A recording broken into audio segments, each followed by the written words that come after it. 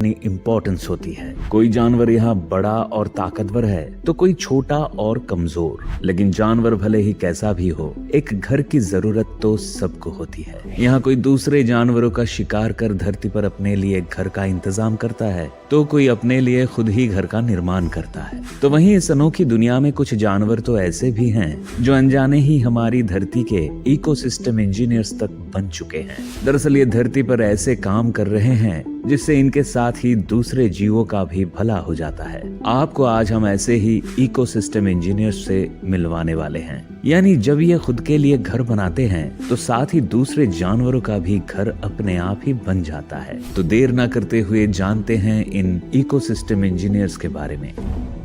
Number 10, elephant. जंगल के इस बड़े जानवर के बारे में भला कौन ही ये सोच सकता होगा कि ये भी किसी और के आशियाने को बसाने का काम कर सकता है, लेकिन ये बात 100 आने सच है। दरअसल जब कोई हाथी जंगल में पेड़ों को उखाड़ कर फेंकता है तो वहाँ की मिट्टी साफ हो जाती है और बाद में वहाँ पर घास और दूसरे छोटे पौधे भी उगना शुरू हो जाते हैं। यही नहीं, ज्यादा पेड़ उखड़ने के चलते वहाँ मैदान भी बन जाता है जो छोटे जानवरों के लिए किसी खजाने से कम नहीं होता। इसके अलावा जब हाथी किसी नरमी वाली जगह से गुजरते हैं तो उनके भारी भरकम पैरों की वजह से उस जगह पर गड्ढे बन जाते हैं। फिर जब बारिश होती है तो इन गड्ढों में पानी भर जाता है जो छोटे जीवों के रहने की बड़ी जगह बन जाता है। इसलिए ही सदियों से हाथी का एक जगह से दूसरी जगह पलायन होना भी दूसरे जीवों के लिए काफी अच्छा समझा जाता है। नंबर 9, पेकरी। किसी सुअर की तरह नजर आने वाला ये जानवर जैवलिन और जैवलिना के नाम से भी जाना जाता है। वैसे भले ही इसका शरीर किसी सुअर के जैसा है, लेकिन ये एक बिल्कुल अलग प्रजाति है जो अक्सर ही जंगल में यहाँ से वहाँ अपने खाने की तलाश में भटकते रहते हैं। लेकिन वहीं अगर इनकी खासियतों के बारे में बात करें तो इनका सिर मजबूत होने के साथ ही इनके दांत काफी नुकीले होते हैं। इन्हीं के मदद से ये अपने लिए तो जंगल में रास्ता बनाते ही हैं, लेकिन साथ ही दूसरे जानवरों के लिए भी जीने की राह आसान कर देते हैं। दरअसल ये पेकरी जंगल में जगह जगह पर अपने दांतों से गड्ढे बना देते हैं जो बारिश में पानी से भर जाते हैं। अब इन पेकारी के साथ ही जंगल के दूसरे जानवर भी इन गड्ढों में आकर बैठना पसंद करते हैं। जानवरों के लिए ये गड्ढे इसलिए भी सेफ होते हैं क्योंकि इनमें तालाबों की तरह कोई गंदगी नहीं होती और ना ही इसमें पानी के जीव पनपते हैं। इसके अलावा इन गड्ढों की ठंडक भी जानवरों को अपनी तरफ खुद ही बुला लेती है। Number 8, Arctic fox.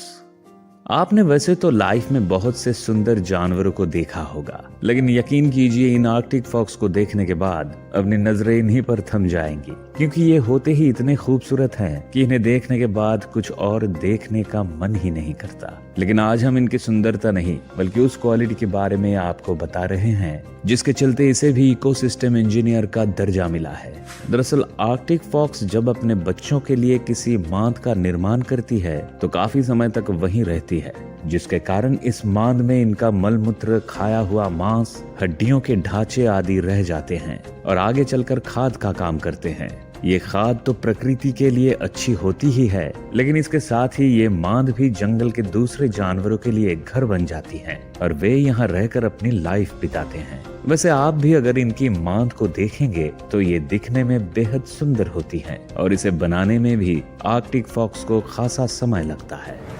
Number 7, prairie dogs.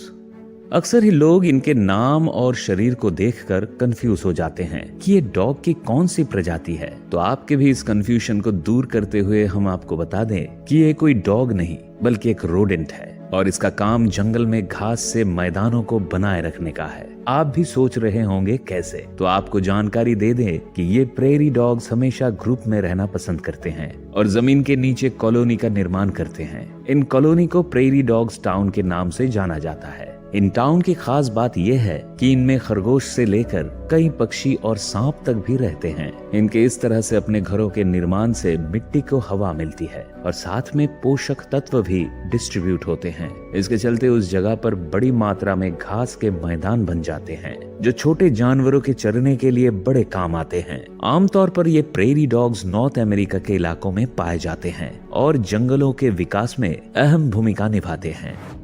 Number 6, beaver.